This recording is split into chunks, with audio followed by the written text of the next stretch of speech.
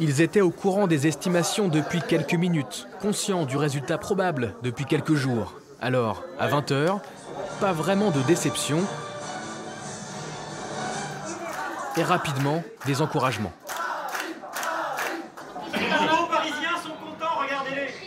Le showbiz parisien fait la fête ce soir.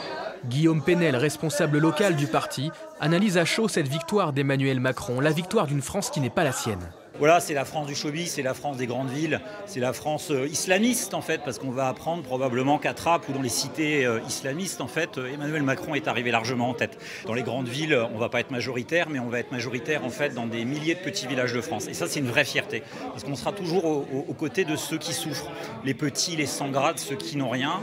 Effectivement, le vote Emmanuel Macron en violet sur la carte est majoritaire dans les grandes villes. Marine Le Pen en bleu l'emporte dans les zones rurales. En moyenne, elle progresse de plus de 7 points par rapport à 2017.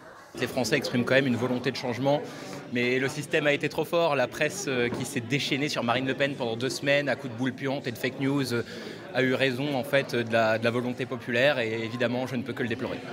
On le vit un peu mal parce que ce n'est pas du tout une femme comme ça, le parti n'est pas comme ça, on est des gens comme tout le monde, on travaille pour faire un programme, on est proche des Français et pas que aux élections, contrairement à ce qu'on peut penser. Ça pouvait être un match assez serré et au final, on est reparti pour 5 ans de misère, j'ai envie de dire. Dès le mois de septembre, on reverra des manifestations contre le gouvernement de Macron. Mais avant septembre, il y a les élections législatives du mois de juin, très attendues.